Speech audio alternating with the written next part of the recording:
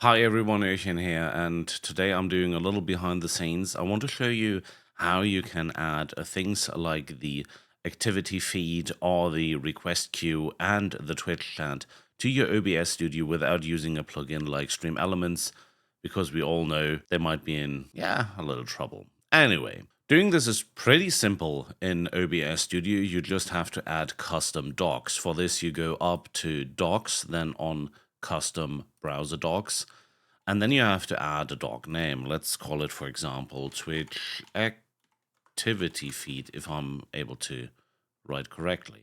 Now you need to add a URL. Where do you get that URL from? Well, you need to go into your Twitch dashboard, then click on these three little dots, or I call them the seashells, and pop out activity feed. What you're now going to do is you click in here into the address bar, Control A, Control C to copy that out, and then head back to OBS Studio and paste it into the URL field. Hit apply and the activity feed opens. You might need to enter your user credentials, so username, password, and your two-factor authentication, but you can click the button to save those credentials for future use.